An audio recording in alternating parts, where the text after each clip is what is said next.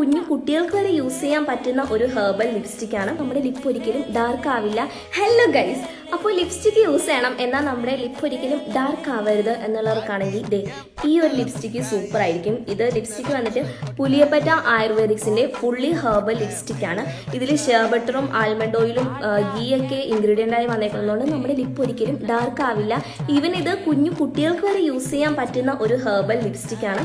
അപ്പോൾ നമുക്കിതൊന്ന് ട്രൈ ചെയ്ത് നോക്കാം.